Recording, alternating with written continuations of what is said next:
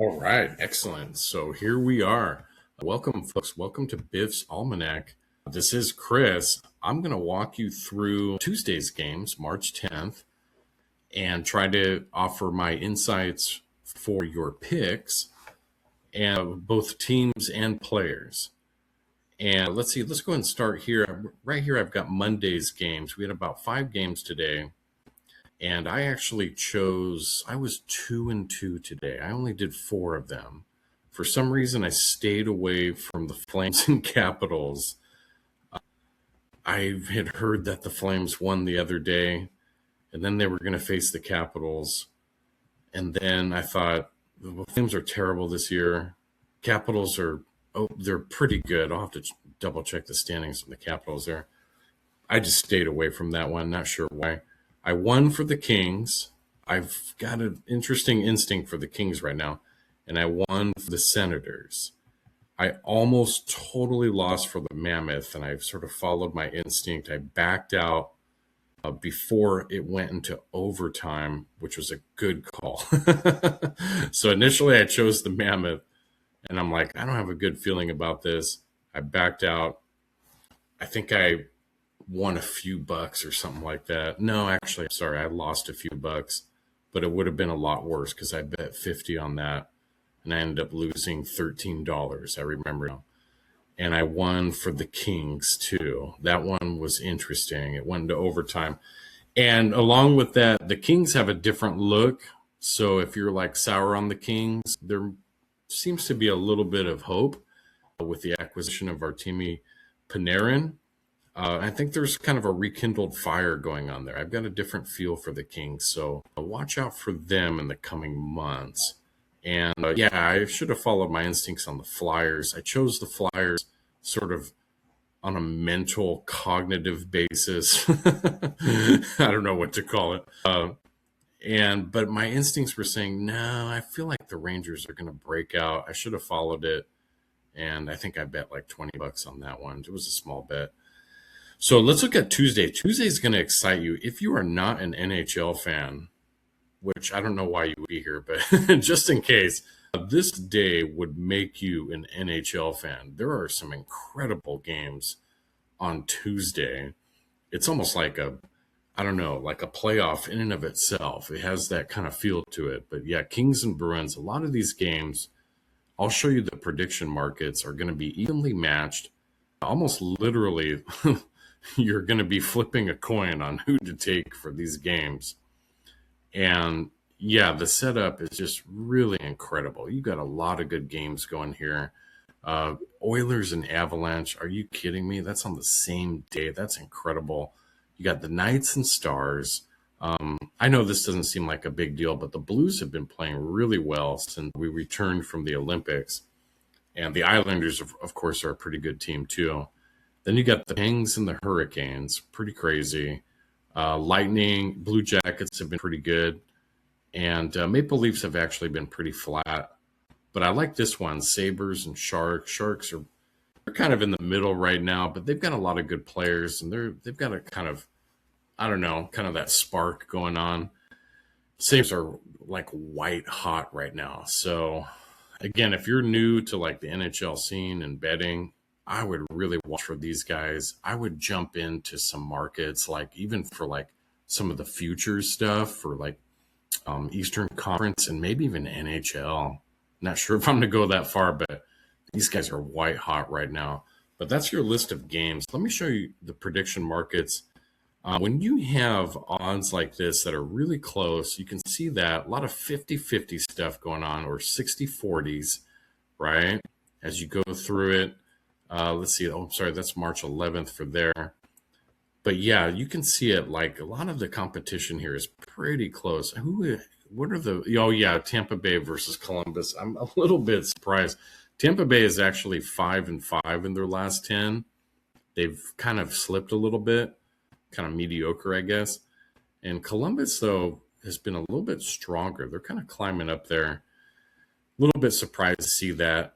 Now, I feel like if this helps you, when you have these kind of tight odds, you could probably, if you're still set on betting on someone, on one of these teams, you could probably differentiate through the goalies. The goaltending can make a big difference there, and you could probably kind of see how those guys are trending. So I went to RotoWire on NHL, rotowire.com, and it gives you a list of the expected rostered goalies. And that might actually help you differentiate on who to place your bets on. So, yeah, pretty much you got all the starters in there. So it's going to still be pretty tightly knit. Now, going back to my Ducks, I got my man Dostal, and almost, yeah, I can't bet against them. I couldn't go against them. But if you're not tied to the Ducks, yeah, I could see how you would go with Winnipeg. My man Dosty gets a little toasty, and he hasn't really been seeing the puck too well. He does excellent in those shootouts, though. But yeah, you can see his save percentage is pretty low, and he's giving up over 3 goals a game. Yeah, that's just been his season. He hasn't really been on it this season. That's really low for an NHL goaltender. So yeah, if you chose Winnipeg, I totally get it. You could go with the odds on that. I think it was, 56? Where was Winnipeg and the Ducks? There it is, 55 to 46. You might want to choose Winnipeg with that one. For some of these other ones, I guess I won't go through all of them. Maybe some of the prominent teams. Yeah, with Buffalo, I would go with Buffalo. They're just hot. I'm seeing 9-1. I can pull up the standings here. If we go to NHL.com. Yeah, if you look at like where they're at in their last 10, it's pretty crazy. So there's the Sabres in first place. Let's look at division. Last 10, 8-1-1, 7-game winning streak. So they're going to be going against the Sharks, which Sharks are a little interesting. They'll kind of climb up and down in the standings for the season. Not so strong, 3-4-3. Yeah, I think it's just wisdom says go with Buffalo on that one. Carolina, Pittsburgh. Pittsburgh can still be strong without Sidney Crosby. He's been injured. He was injured in the Olympics, and I don't think he's going to be back until April. So we'll see what's going on there. I'll have to double check that for you, but I don't think he's going to be back until April. Carolina, yeah, you can probably go with the odds on that one with Carolina, but Pittsburgh can surprise you if you want to be an underdog guy. Tampa Bay is pretty much a safe bet. They're always strong. Got some of the best players in the world, and of course they will have Vasilevsky in the net. Let's see, we can look at our thing here. Yep, Vasilevsky is going to be in there tomorrow. So that's probably a safe bet to go with them. And yeah, let's go through it. This one's a real tough one. Dallas versus Vegas, 60-42. Vegas can surprise you. The big thing with them is they don't come out of the gate very strong. And, I'm pretty sure Dallas does. I mean, these guys are pretty aggressive. They're awesome right now. You can see their wreck. They're right behind the Avalanche, which, of course, the Avalanche are going to be the Avalanche. But the Stars are pretty awesome. So look at that. Yeah, 9-0. So that's probably a safe bet to go with the Stars. Knights, yeah, they're just kind of weird, but they can kind of spring out when you don't expect it. So just watch out for that. But yeah, probably a safe bet to go with the Stars on that one. And then here I'd probably go with the Rangers. They had an awesome game yesterday. There is the issue of playing back-to-back games, but sometimes it doesn't affect these pro players, And of course, it's going to be in Colorado. My God, does the Avalanche ever lose at home? Maybe like twice. So it's pretty safe to go with the Avs on that one. And then, of course, Seattle, they're going to have Saros in net. So if you want to play the odds against that one, you could probably go with Nashville. Nashville, where are you? There you are right there. Yes, they're 4-4-2. They can go in any direction. And let's see, the Kraken. Whoops, my battery's getting low. That's crazy.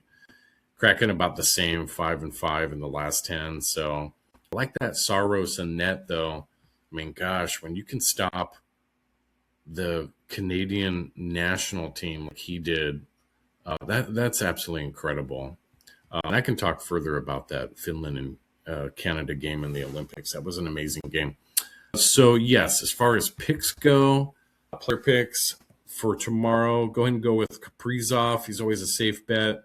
but his odds are looking really good to get you some points.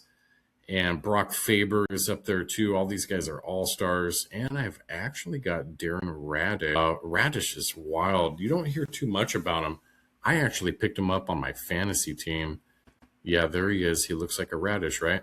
But he's actually a defenseman, and he will score. Yeah, if you picked him up on your fantasy team, if I can go fantasy on you, unbelievable. He has gotten me so many points. And I feel like he was one of those kind of sleeper players, dark horse guys. Just absolutely excellent. But you could probably do well with him. That'd be awesome if I could know how it goes for you. You could probably do that on my YouTube page.